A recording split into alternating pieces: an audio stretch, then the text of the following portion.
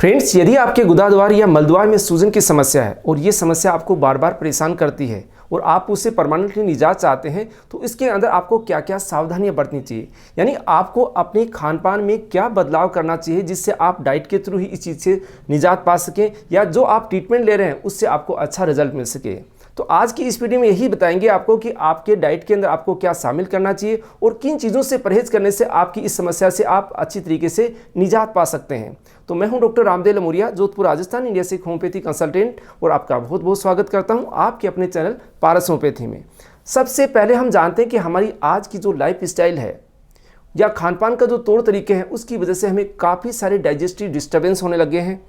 उसके कारण से आपको अल्टीमेट जो रिजल्ट्स होते हैं गुदाद्वार की समस्या क्रिएट होती है, जैसे पाइल्स हैं, फिशर है, फिस्टुला है, रेक्टल प्रोलेप्स की समस्या है। तो ये हमारे खान पान से डायरेक्ट लिंक करती है। आपने देखा होगा कि बहुत सारे लोग ऐसा चाहते हैं कि हमें अच्छा ट्रीटमेंट किया जाए, लेकिन अपने खान पान में बदलाव नहीं करना चाहते हैं, और उसका रिजल्ट क्या होता है कि वो चीज़ उनकी परमानेंटली ठीक नहीं हो पाती। कुछ समय के लिए ठीक हो जाती है, थोड़े दिनों बाद वापस इसी समस्या का वो सामना करते हैं, फिर ट्रीटमेंट लेते हैं। तो ये क्रम उनके साथ चलता रहता है।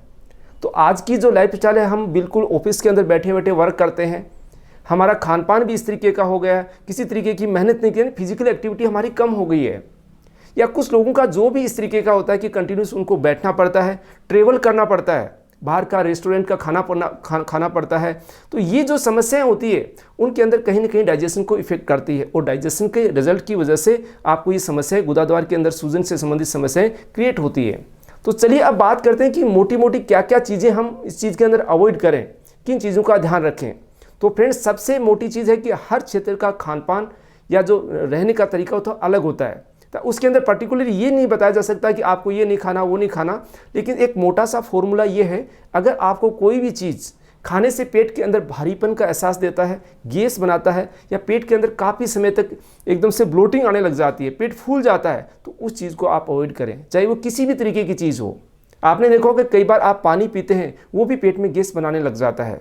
तो आप खान पान के अंदर भी सिलेक्ट कर सकते हैं कि किन चीज़ों से हमें दिक्कत हो रही है, लेकिन उसके बावजूद भी जो नॉर्मल चीज़ें होती हैं उनको हम अवॉइड कर सकते हैं।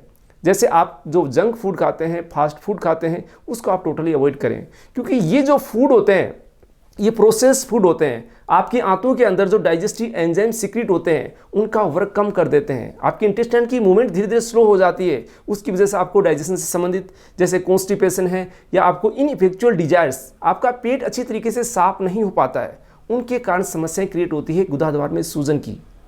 तो आप जो भी जंक फूड है, फास्ट फूड है, फ्राइड फूड है, उनका इस्तेमाल कम से कम करें या अवॉइड करें। दूसरी चीज़ होती है ज़्यादा जो भी आप फैटी चीज़ें खाते हैं, ज़्यादा कार्बोहाइड्रेट वाली चीज़ें खाते हैं, उनको आप अवॉइड करें। अगर आप ज़्यादा कॉफ़ी या चाय का इस्तेमाल करते हैं, उनको भी आप अवॉइड करके देखिएगा, आपको धीरे धीरे रिजल्ट मिलने लग जाएंगे।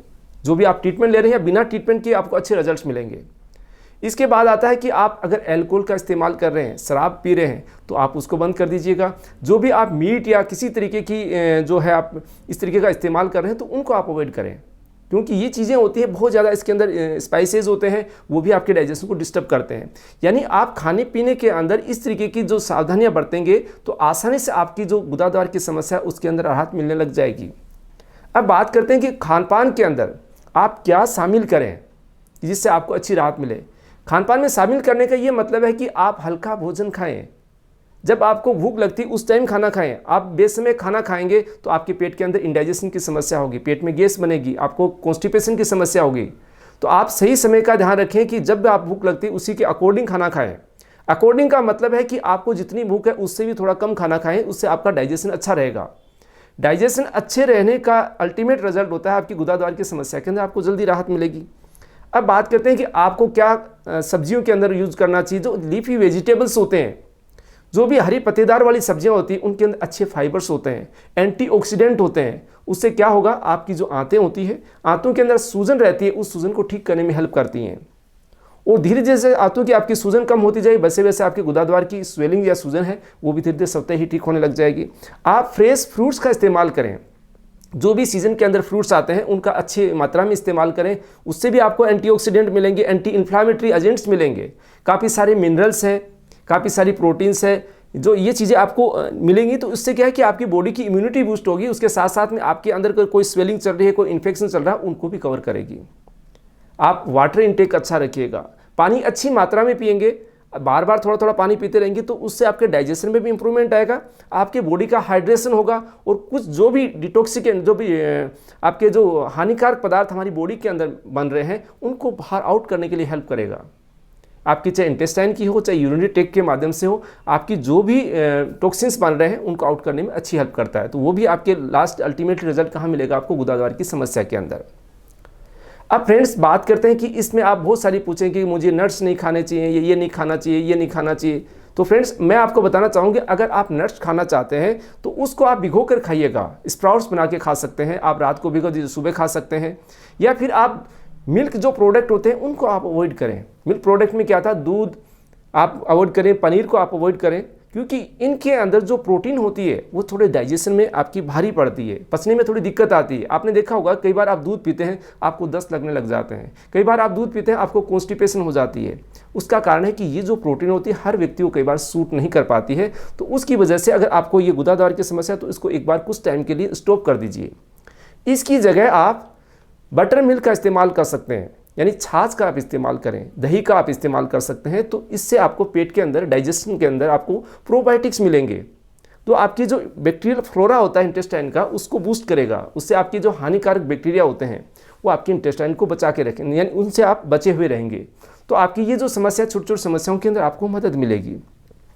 अब फ्रेंड्स बात करते हैं कि लास्ट में हमें खान पान के अंदर अगर राहत नहीं मिल पा रही है तो आप ट्रीटमेंट लीजिएगा, और आप ट्रीटमेंट ले रहे हैं तो उसके साथ अपनी डाइट को फॉलो कीजिएगा। आपने देखा होगा कि पाइल्स की समस्या लोगों को बार बार हो रही है, फिशर की समस्या बार बार हो रही है, फिस्टुला उनको बार बार बन रहा है। उसका कारण है आपका डाइजेशन का खराब होना। और डाइजेशन में मैं मेरे पेशेंट को यही सजेस्ट करता हूँ कि 50% रोल मेडिसिन का रहता है। चाहे कितनी भी अच्छी बेस्ट सिलेक्टेड रेमेडी उनको दे दीजिएगा, आप कुछ समय के लिए राहत दे पाएगी लेकिन परमानेंटली ठीक नहीं कर पाएगी। परमानेंटली तभी ठीक होगा पेशेंट जब आप 50% डाइट के अंदर आपका पूरा परहेज करेंगे और 50% में आप अच्छी तरीके से दवाइयों का इस्तेमाल करेंगे तो आप 100% ठीक हो सकते हैं। यानी इन समस्याओं से आप परमानेंटली निजात पा सकते हैं। ये बार बार जो आपको परेशान कर रही है ये समस्या बिल्कुल खत्म हो जाएगी। तो फ्रेंड्स ये जानकारी अगर आपको अच्छी लगी तो इसको लाइक कीजिएगा, शेयर कीजिएगा। अभी तक चैनल सब्सक्राइब नहीं कर पाए तो सब्सक्राइब करना नहीं भूले। मिलते हैं नई जानकारी और नई वीडियो के साथ। Thanks friends.